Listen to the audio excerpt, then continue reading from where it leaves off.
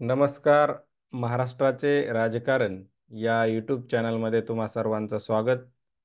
या यूट्यूब चॅनलच्या माध्यमातून आपण महाराष्ट्रातील 48 लोकसभा मतदारसंघाचा आढावा घेतला आहे. सध्या आपण महाराष्ट्रातील 288 विधानसभा मतदारसंघाचा आढावा घेत आहोत. महाराष्ट्राचे राजकारण या यूट्यूब चॅनलवरती आपण रोज एका नवीन विधानसभा मतदारसंघाचा व्हिडिओ अपलोड करत असतो. तो अपलोड केलेला व्हिडिओ तुम्हाला समजावा, तुमच्या मोबाईलला नोटिफिकेशन यावं, यासाठी या यूट्यूब चॅनलला सबस्क्राईब करा. आज आपण अमरावती जिल्ह्यातील मेळघाट या विधानसभा मतदारसंघाचा आढावा घेणार आहोत. हा मेळघाट विधानसभा मतदारसंघ अनुसूचित जमाती प्रवर्गासाठी राखीव ठेवण्यात आलेला आहे. कारण या मतदारसंघामध्ये अनुसूचित जमाती प्रवर्गाची लोकसंख्या मोठ्या प्रमाणावरती असल्या कारणाने 2008च्या परिसीमन आयोगाने हा मतदारसंघ या अनुसूचित जमाती प्रवर्गासाठी राखीव ठेवण्यात आलेला आहे. 2008च्या परिसीमन आयोगाने मतदारसंघ पुनर्रचना करताना या मतदारसंघाला 41 क्रमांक दिलेला आहे.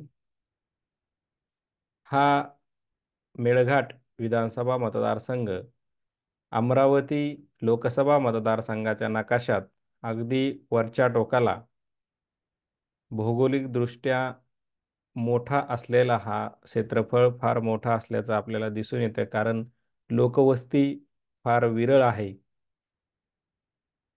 आणि या मेळघाट विधानसभा मतदारसंघात अमरावती जिल्ह्यातील धारणी, चिखलदरा हे 2 तालुके आणि अचलपूर तालुक्यातील परतवाडा आणि पथरोट हे 2 महसूल मंडळे देखील या विधानसभा मतदारसंघाअंतर्गत येतात. आता 2019च्या विधानसभा निवडणुकीत या मेळघाट विधानसभा मतदारसंघात काय समीकरण राहिलं होतं ते आपण थोडक्यात बघणार आहोत. 2019च्या विधानसभा निवडणुकीत या मतदारसंघातून प्रहार प्रहार जनशक्ती पार्टीचे उमेदवार विजयी झाले होते. राजकुमार पटेल यांना या निवडणुकीत 84,569 मते मिळाली होती. तर त्यांच्या विरोधात असणारे भाजपचे उमेदवार रमेश मावसकर यांना 43,207 मते मिळाली होती.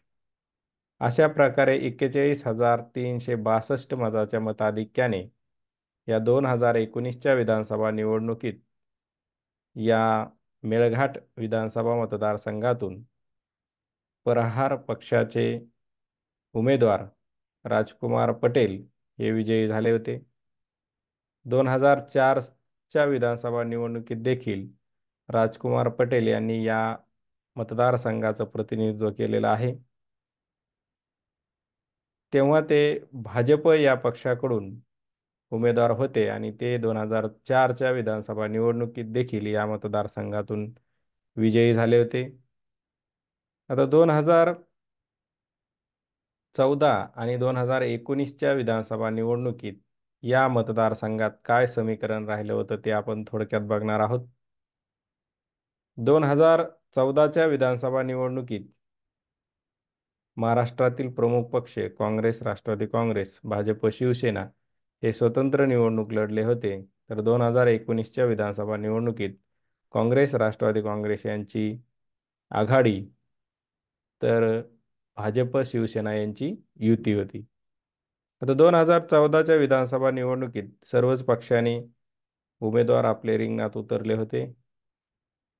त्यामध्ये राजकुमार पटेल हे राष्ट्रवादी काँग्रेस पक्षाकडून या 2014च्या निवडणुकीमध्ये होते.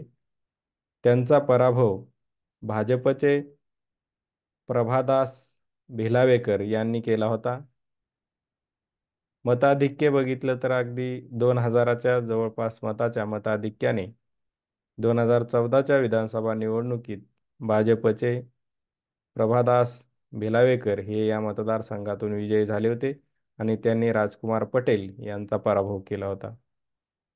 तर 2019च्या विधानसभा निवडणुकीत राजकुमार पटेल यांनी भाजपचे उमेदवार रमेश मावसकर यांचा पराभव केला होता. राष्ट्रवादी काँग्रेसकडून केवलराम काळे हे उमेदवार होते आणि 2014च्या विधानसभा निवडणुकीत केवलराम काळे हे काँग्रेसकडून निवडणूक लढले होते. परंतु 2019ला आघाडी झाल्या असल्या कारणाने आणि ही जागा राष्ट्रवादी काँग्रेस पक्षाला सुटल्या कारणाने काँग्रेसचे केवलराम काळे यांनी राष्ट्रवादी काँग्रेसकडून इथं निवडणूक लढलेली दिसून येते आणि राजकुमार पटेल हे राष्ट्रवादी काँग्रेसमध्ये होते 14ला, तर ते 19ला प्रहार जनशक्ती पक्षाकडून उमेदवारी मिळवली आणि ते मोठ्या मताधिक्याने निवडून आलेले आपल्याला दिसून येतात. आता 2024च्या विधानसभा निवडणुकीत या मेळघाट विधानसभा मतदारसंघातून कोणता उमेदवार विजयी होईल, तर 2024च्या ऑक्टोबरमध्ये होणाऱ्या विधानसभा निवडणुकीमध्ये भाजप, शिवसेना, महायुती आणि महाआघाडी कायम राहील की 2014 प्रमाणे महाराष्ट्रातील सर्वच पक्ष स्वतंत्र निवडणूक लढतील, यावरती या मतदारसंघाचं गणित अवलंबून असेल. त्याचबरोबर प्रहार जनशक्ती पार्टीचा देखील मोठा प्रभाव अचलपूर, मेळघाट या विधानसभा मतदारसंघात असल्या कारणाने पुन्हा राजकुमार पटेल यांनाच प्रहारकडून संधी दिली जाण्याची शक्यता आहे.